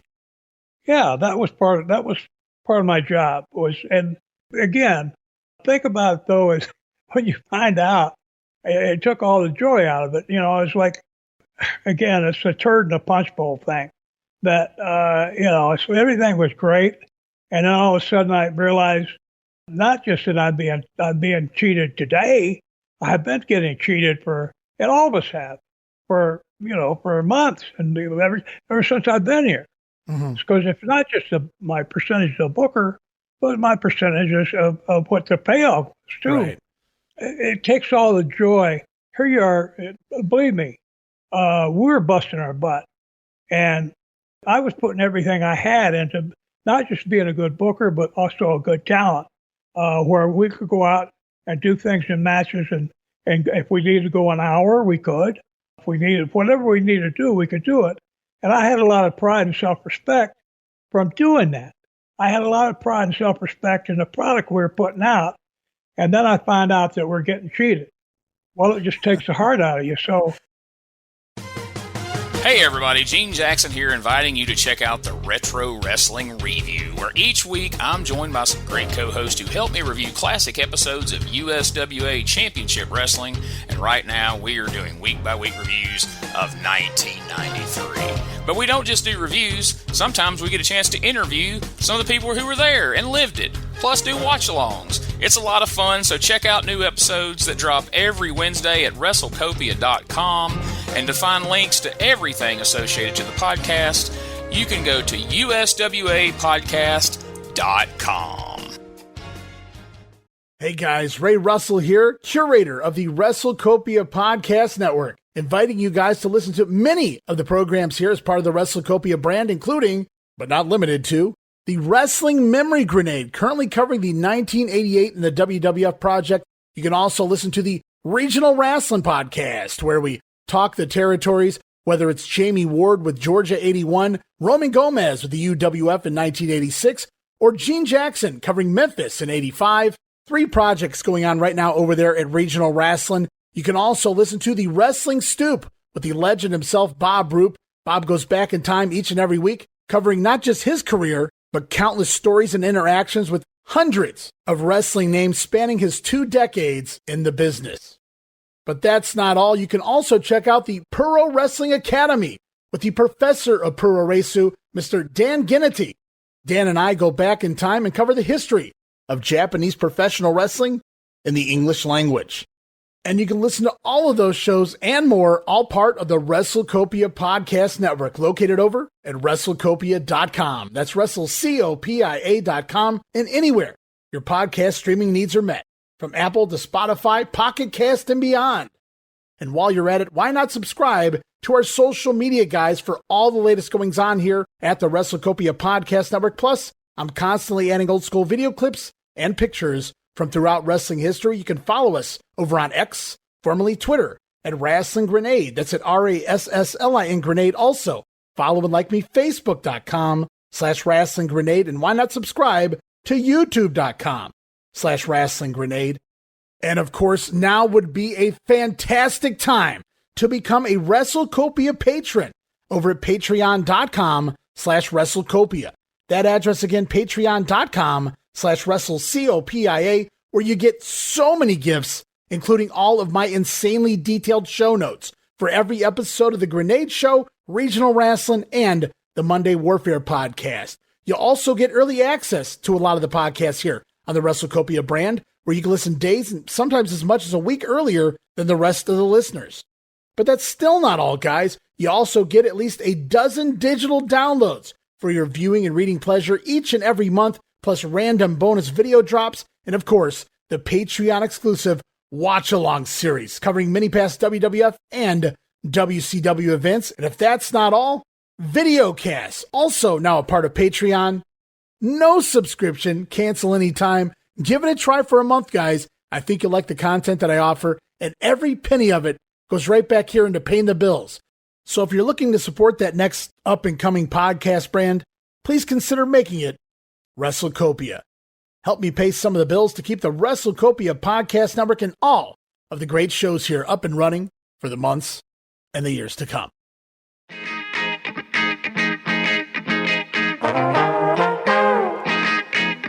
Hey, it's Bob Smith, and guess what? The Outdated Wrestling Hour is now part of the WrestleCopia Podcast Network. But hey, no fear, you're still going to hear the unique guests, comedy, music, authors, journalists, funny people. Who knows who's going to end up on the Outdated Wrestling Hour? Remember, it's all new and all old. So check it out in the WrestleCopia Podcast Network and wherever you get your podcasts. Listen, if you know what's good for you. This is Wrestling Nostalgia, the podcast that dives into wrestling history. Hey, wrestling fans, I'm Dave Dynasty, and if you enjoy podcasts that are knowledgeable and history-driven, then Wrestling Nostalgia is for you. With great guests and fun interviews, there are over 200 episodes in our archives. We chat with several first-time guests and often cover topics not discussed on other podcasts. Look up Wrestling Nostalgia on your favorite podcast platform and visit all of our links at linktree/WrestlePod. That is linktr.ee/RASSLEPOD. And remember, wherever you go, whatever you do, be good, be safe, and keep on growing. There was a comment that Ron made on the episode where he's talking about the April 20th weekend, or the April 20th Knoxville card. He says he has no idea how the other four guys got on board with you, which would basically imply that you initiated this entire thing. Not just came up with the idea or said the sentence, but rather, I guess, talked all these people into doing these things. And I'm pretty sure you can't talk guys with the experience of Boris Malenko or with the hard head of Ron Garvin into doing things they don't already want to do. But that's just a comment he made. I don't want to get too deep into that, but it's in my notes, so I wanted to kind of mention that to you.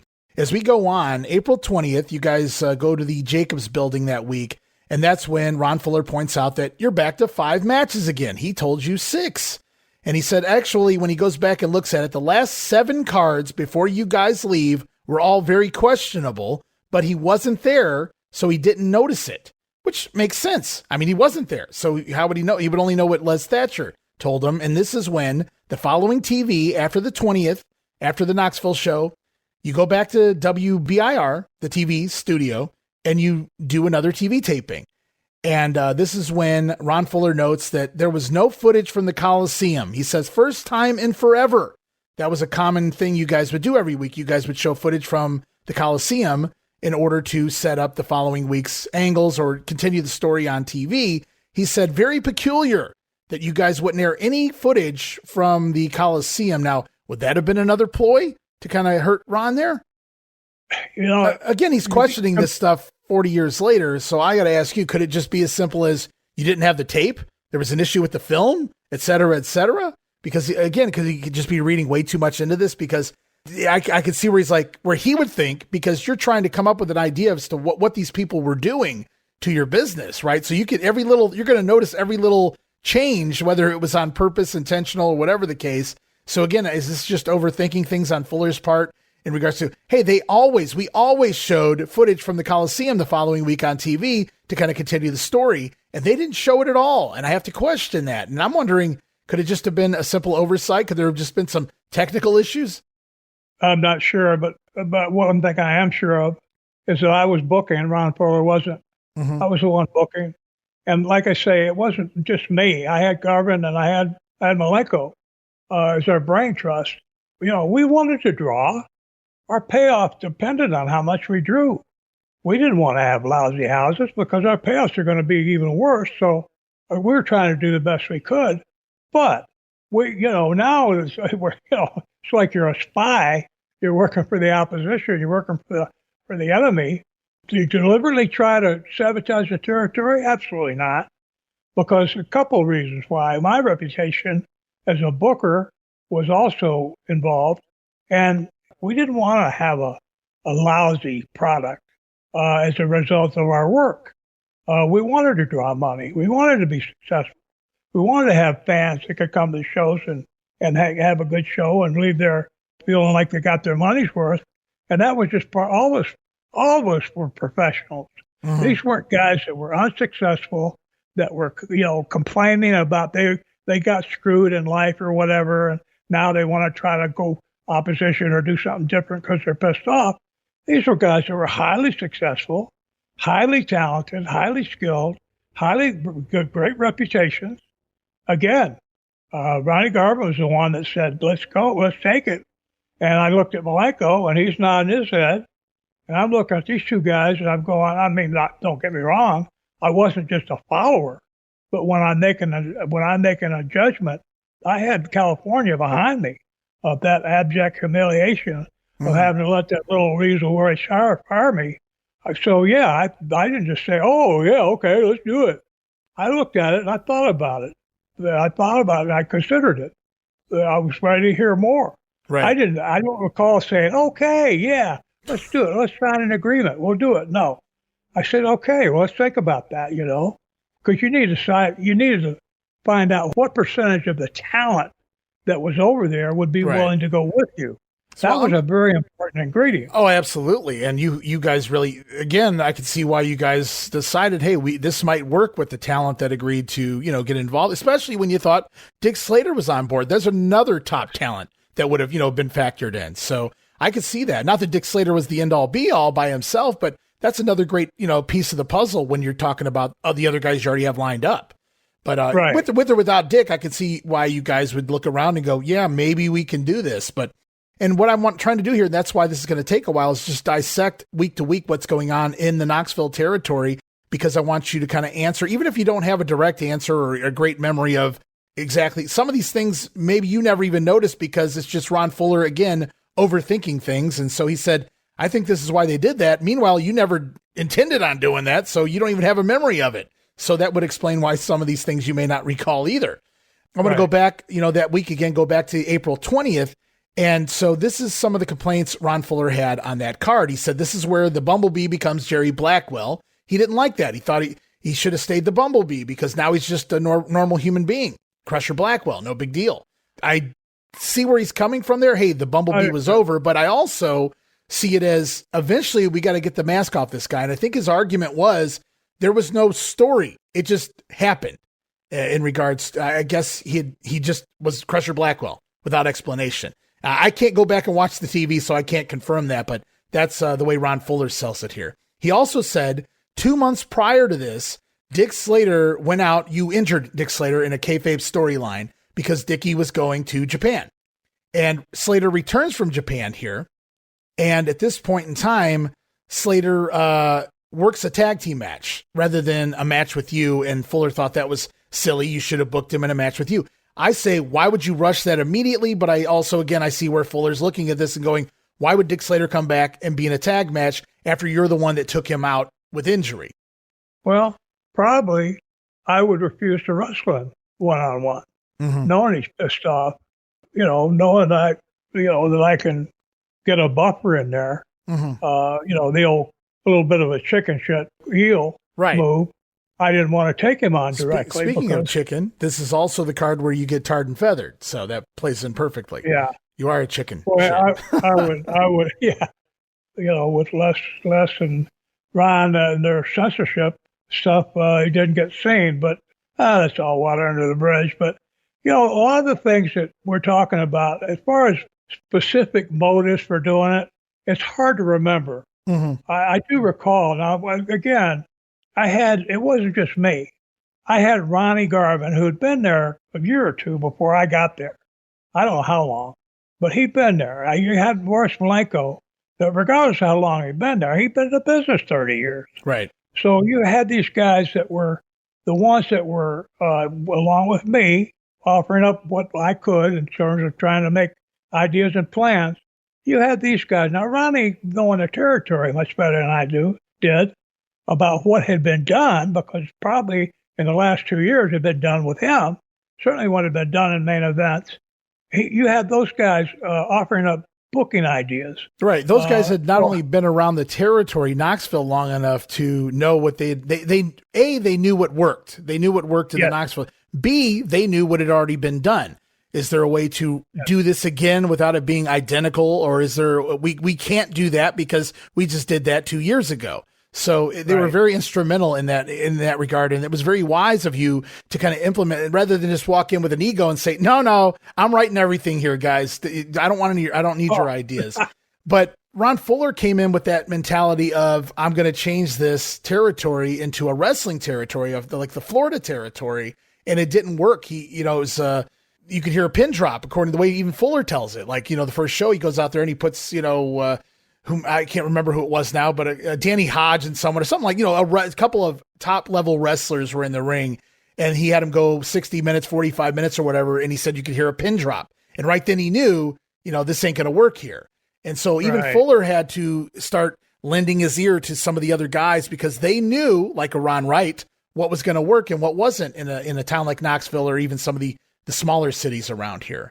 And so that was very smart of you, obviously, right out of the gate to go, these guys know more than me. I would be a fool not to keep my ears open and listen to some of their ideas. And we go from there. And that's why, I'm just breaking down some of these. I had a feeling that you wouldn't remember every single silly little match on these cards, but the way Ron Fuller reads them off on his show.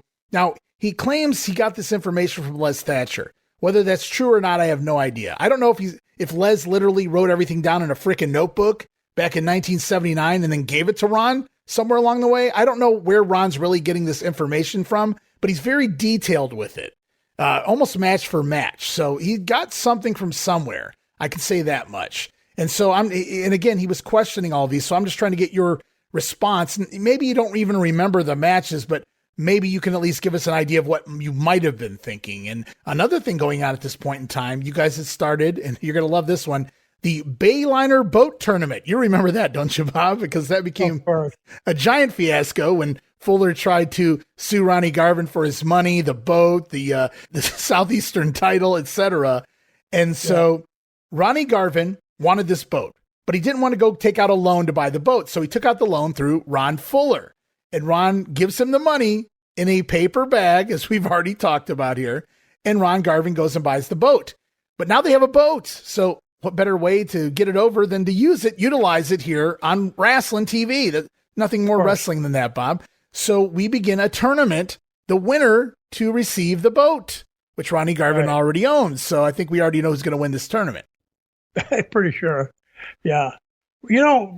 Just backing up right before the boat.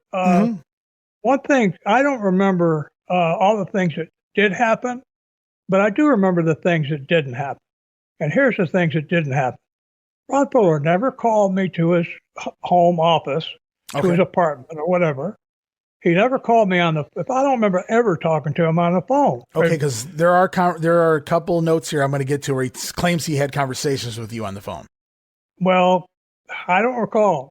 Okay. I don't want to call it interference. I don't recall any disputes about the booking, because even if business was down, it was still good. And nobody, no one empty buildings like Cow Palace was when we first got there. Business was good. Everybody was making money. Now, of course, they wanted to be a sellout, but you can't have sellouts unless you got Dusty Rhodes and Hulk Hogan and Ric Flair on the card every night. It's going to be hard to have a sellout every week. And you do have things happen, like going back to school, for example. When kids go back to school, you usually have a fall off in the fall. When kids go back to school, parents sometimes they don't have the wherewithal to come to the matches. So sometimes the matches drop off for a month or so. Whatever the reason was, I don't recall Ron Fuller ever, certainly not in person, but even on the phone, I don't remember him ever calling me and said, look, I don't like how you're doing this or that or whatever. And he admitted, to back up, give credibility to what I'm saying here, he admits in his own words that he had Les Thatcher working as like a agent, I want to say a spy or an agent or inside man for him, giving him a report instead of asking me. Is it Ric Flair you're asking about things? Or is it someone who doesn't have anywhere near the kind of experience to be able to make a judgment like on something Boris Malenko does or Ronnie Garvin? So I didn't know what it felt like to have that responsibility. Well, I'm looking here at the end of my notes for April 20th. And again, remember, you guys changed venues this week. For what reason? I don't know. I don't have that in my information, but you did run the Jacobs building from time to time when you had to, and that was what you do this week. And that was when April 13th, you guys draw 4,700, which Ron Fuller said that was a failure. But we go here to April 20th, and you guys draw 3,100 fans. Now, of course, we have to take into consideration you've changed buildings. And I don't know if that's got anything to do with it or not, but when I'm used to coming to let's say in Memphis, the Mid-South Coliseum every Monday night, and then you change buildings, I'm not sure, where the vicinity changes and this, that, and the other, what goes along with it. But maybe, you do lose a few fans that way. But 3,100 does seem pretty small 31. If he called 4,700 a failure, you can imagine what he said about 3,100 here. And that's when you said you don't recall ever having a conversation with Ron on the phone, at least not in a disagreement or not in that type of way. And this is when Ron Fuller claims, and I don't know if he was just trying to sensationalize this story or not either. You have to take that into consideration when a wrestler's telling stories. But he claims that he called you and he said, what the hell is going on up there? And you basically said that you had some personal problems going on, but it'll never happen again. So he set you straight, Bob. And Ron says that he now realizes that Bob Roop wasn't having the personal problem, but it was Ron Fuller who had the personal problem, implying that you guys were sabotaging the company. Wow. Well, memory can be fickle. And again, in wrestling, it's your story. You can tell any way you want to. Mm-hmm. But I don't recall. I think I remember, because I don't take criticism very well, especially if it's not merited. Now, the 3,100, what was the card? Do you have the card in front of you? We just talked about it. It was the Tar and Feather show. Ronnie Garvin and Bob Roop, Tar and Feather, Boris Malenko and Bob Orton over Dick Slater and Kevin Sullivan in a submission match. Dean Ho over Mr. Fuji, Ken Lucas versus Tony Peters, and Crusher Blackwell and Terry Gibbs. So you got a couple preliminary matches, but I don't see why the rest of the card, is. Fuller was questioning the booking. Why did Dick Slater come back in a tag team match rather than work Bob Roop? It didn't make sense. And then Roop's first match with Garvin is immediately Tar and Feathers. Now that's out of context, because I don't know what happened on TV leading in. You could easily go straight into that match if need be in a storyline, I suppose. But his argument was, why would you have your first match against each other be Tar and Feather? And then it draws 3,100. He blames the gimmick match as the reason you guys drew a poor house. Well, and we were again at the main building in Knoxville? No, you guys were at the secondary building, the Jacobs building. That's why it dropped off. I mean, that's my.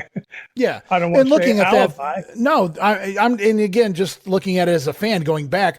Well, this is the week they changed venues, and it's also the week where they really dropped in the gate. So I'm not saying that's the only. There could have been a lot of things. Hey, the circus could have been in town. I have no fucking clue. Right. I'm just saying, that obviously could be part of the issue.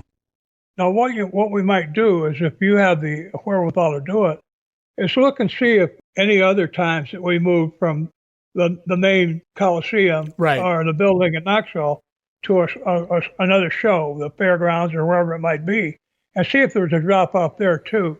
It's hard for me to, when I heard that 31 or 33, whatever it was, when I heard that for Knoxville, that does sound like, if that's in a big Coliseum, that does sound like a failure, but not in the other building.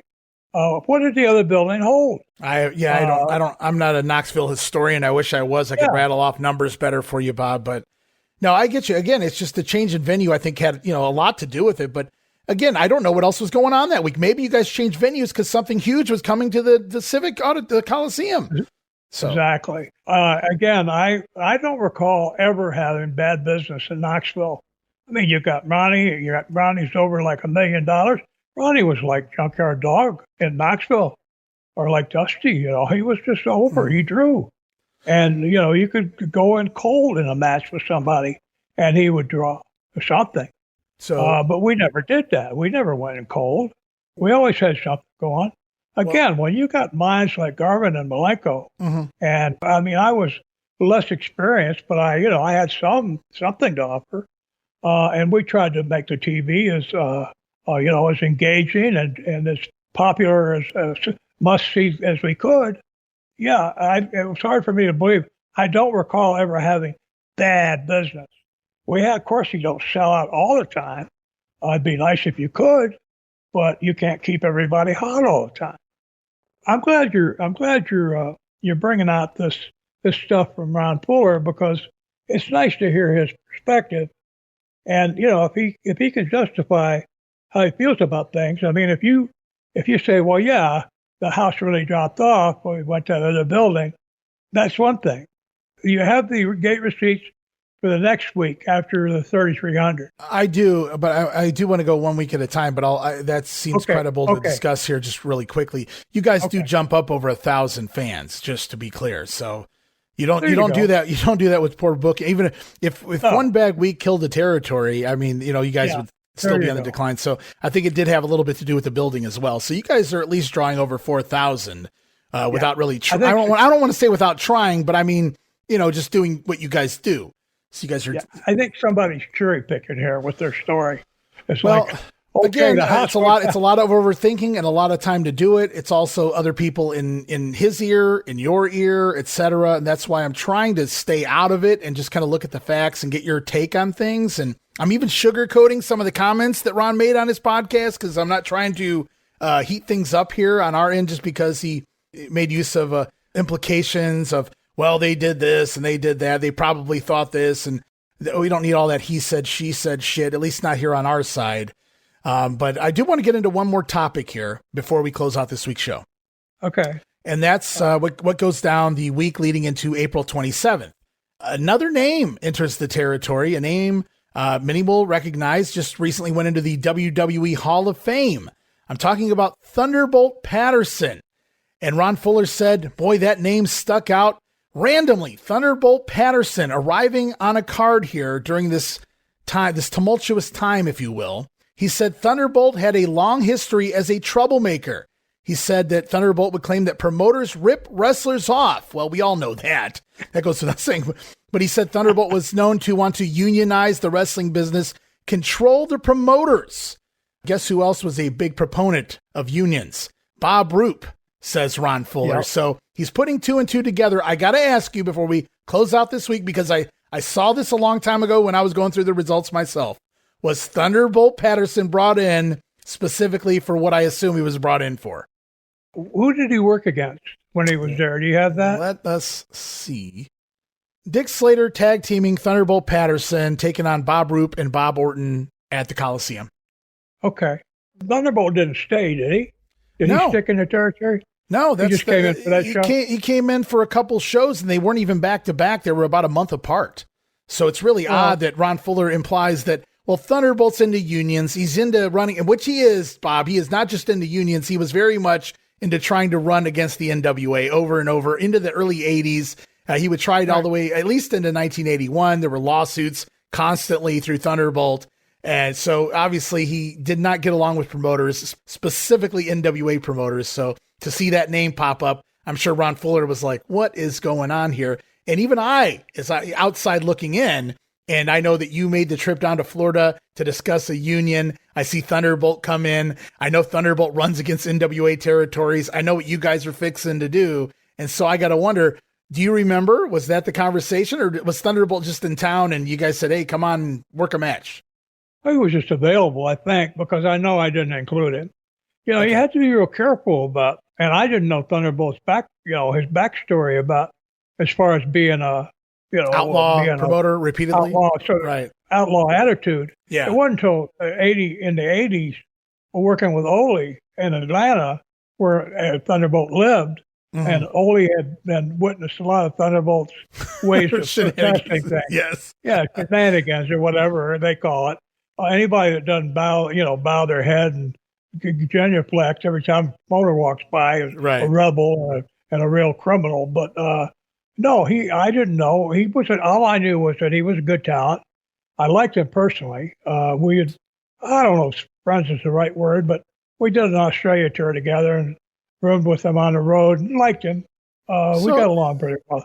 And so I brought him in. It's a happy coincidence that the guy who is known as one of, as you just put it, one of the rebels, certainly one of the biggest outlaw wrestlers, the anti-NWA guys, just happens to pop up on a couple shows. And a lot of people will probably be scratching their head or rolling their eyes going, sure, Bob, but I kind of see what you're saying here because, again, Thunderbolt comes in, he works a show. He comes back a month later, he works another show on the undercard, goes over, but it's just a preliminary match.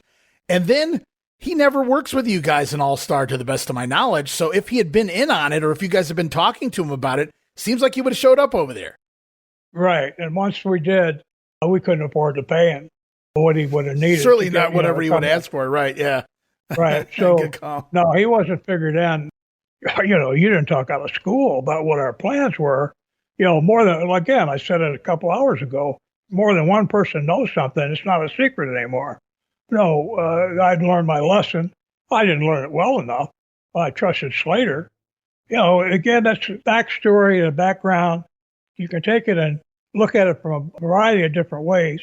And you can do that conspiracy theory type thinking, that everything's got to be a conspiracy to try to screw you around. You can usually make it fit and make it work by just conveniently overlooking a few facts and stressing other ones that maybe aren't quite as factual, but they back your story. I'm going to get you to send me the salient, the pertinent episodes that he did, and maybe I'll go listen, where maybe I can have a better response, because Ron Fuller apparently has been thinking about me all these years. I haven't thought about him at all. Yeah, I think that's another thing. You've kind of let this in the dust. You've got to move past this and went on. And I'm sure Ron Fuller, to an umpteenth degree, has as well. But now that he has a podcast, and I've even talked to some people that are Fuller friends, acquaintances, that say, Ron probably says some of the things he says because he knows controversy. Well, as Eric Bischoff says, controversy creates cash. In Ron's life, maybe controversy just creates the clicks, the hits, the interest. Right. So yeah. I'm not saying he's going out there and full-fledged lying or anything like that, but maybe he's distorting the truth a little. You really can't call into question his opinion on things, because an opinion is an opinion. And you're the first one to say, as long as you don't make an opinion into a fact, I'm fine with your opinion. And that's Ron's take on things. No, that was just something I definitely wanted to get into this week, was Thunderbolt Patterson popping in, because I thought for sure you're going to be like, oh yeah, we knew to go call the boys. But as you said, well, no, because he didn't really work. And I go, oh yeah, he only had 2 matches a month apart, and he never showed up in All-Star. So that totally makes sense that it was just a happy coincidence, but you have to admit it's a hell of a coincidence. So I'm glad we got that out there. Yeah, it was. Thunderbolt, no, we weren't going to include him in our plans, because it's a hell of a thing to ask. And if he says no, well, he knows about it then. So, we have to be real careful. Well, it's nice that, again, I'm sitting here bitching about payoffs still to this day. I have to think that Ron Fuller, I don't say he's made a lot of money, but I got to say Ron Fuller, if his program is making bucks for him, then I've helped make money for Ron Fuller. And not for Ron Fuller talking about what a wonderful guy I am, but Ron Fuller talking about me being some kind of dirty dog, traitor, backstabber, double dealer. Treason. Oh, treason, yeah. Treason for no reason. And, he's been making money on me.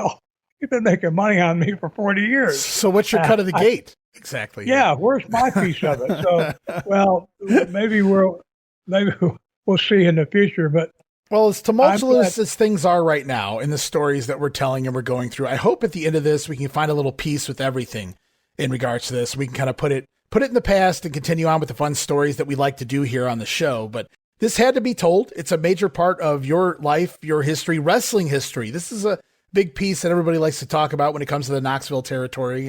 And here I wanted it to be your story. I wanted to break everything down as much as we can, rather than just, oh yeah, that thing happened and no, this is the way it happened. I want to go down and kind of discuss everything Ron Fuller said so that we get your side of everything, right? So at the end of the day, when we're done with all of this, nobody can say, yeah, but what about this? Ron said this.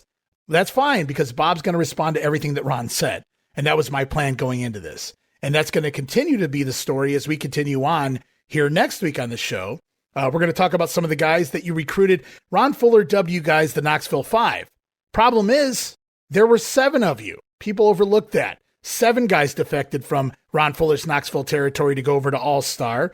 And we're going to talk about those guys next week. We're going to talk about Roger Smith, Terry Gibbs. We're going to talk a little bit more about Jerry Blackwell. We're going to look at more of the house shows, try to get through the end of May if we can, and look at all of the things going on, more of the comments that Ron Fuller made, and set up your guys' departure from the territory. Sounds good. Well, you did a thank you for having all that background information. Mm-hmm. It helps my memory to have lead-ins from facts that you bring up. That's very helpful. So I appreciate that. Well, I don't consider myself a procrastinator. A procrastinator is someone who puts off everything, right, until they absolutely can't any longer. But I like to put off things that I'm afraid to get into. I really don't want to have to deal with until I absolutely have to. And that was kind of the Knoxville story, because there's so many moving pieces, because We've got your version. We've got Ron Fuller's show that I had to take notes on. We've got results to go through. I like I told you before we started recording, I've got 4 pages open on my computer right now that I'm scrolling through back and forth trying to find different information as we go along so we don't get lost in the shuffle here. I want to cover everything as we get to it. And so, yeah, it's a pretty big story to tell. And so, but now that we're here, I'm glad I'm being forced into doing it. You're not forcing me, Bob. I am. But now that we're at that point in your career, and it's finally time to address it, we've been here on air pretty much about a year now. And so it's time, I'm glad we've gotten into it, and it's a lot easier than I thought it would be, like to just kind of navigate this thing. But at the same time, we're far from done. So I'm looking forward to continuing on next week. I just want to thank you again, Bob, for another 2 hours of fun time. Well, back at you. And, again, I appreciate the fact that the way that the idea of just saying you have 4 screens open to make sure that you're accurate. I appreciate that because we get into he said, she said, or he said, and you have a lot of facts to back up, statistics and what people said and when and how and who. You have all those facts to bring to your opinions, to your questions, to what you ask me and what you and I discuss. And that makes a big difference as opposed to someone who just doesn't have any opposition. He just gets out there and does a podcast or whatever where he trusts or she trusts out their version of things with no feedback, no opposition to what they're saying, no criticism of what they say. And so I appreciate that because that's one thing you and I talked about from the very beginning is trying to be accurate. Now, my memory is not perfect, so there might be inaccuracies of just things I don't recall. But with your statistics and your way of bringing it forward, you cover that very well, and I appreciate it, Ray. Thank you very much. Oh, yeah, absolutely, Bob. And, I want to say one more thing before we close. As I said last week, everything's up for debate. If anybody has any corrections out there, please send them our way. Let us know if you think if you heard something go a different way. You can ask, you can inquire, you can send in questions in regards to this timeline for Bob to answer here on the show. But again, this is not the Ron Fuller show. It is the Bob Roop show, but at the same time, I'm trying to stay out of the whole thing, and I'm just trying to navigate this to find the truths from some of the fiction that's been told over time, or at least kind of open up the gates and let everybody kind of have an idea of what was going on the other side of the fence instead of just what's been put out there for years now. Not just by Ron Fuller, but just by anybody who just types something online and posts it and then everybody believes it without, researching it.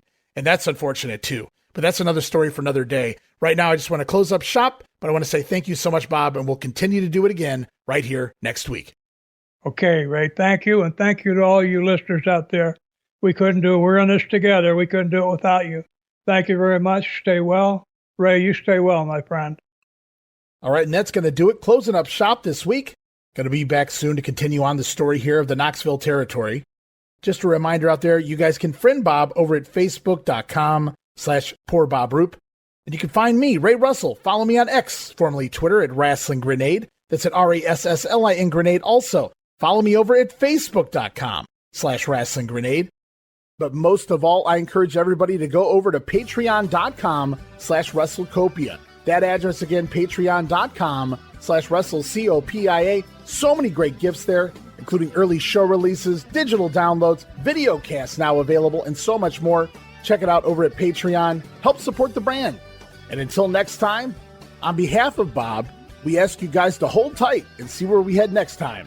Right here on the Wrestling Stoop with the legend himself, Bob Roop.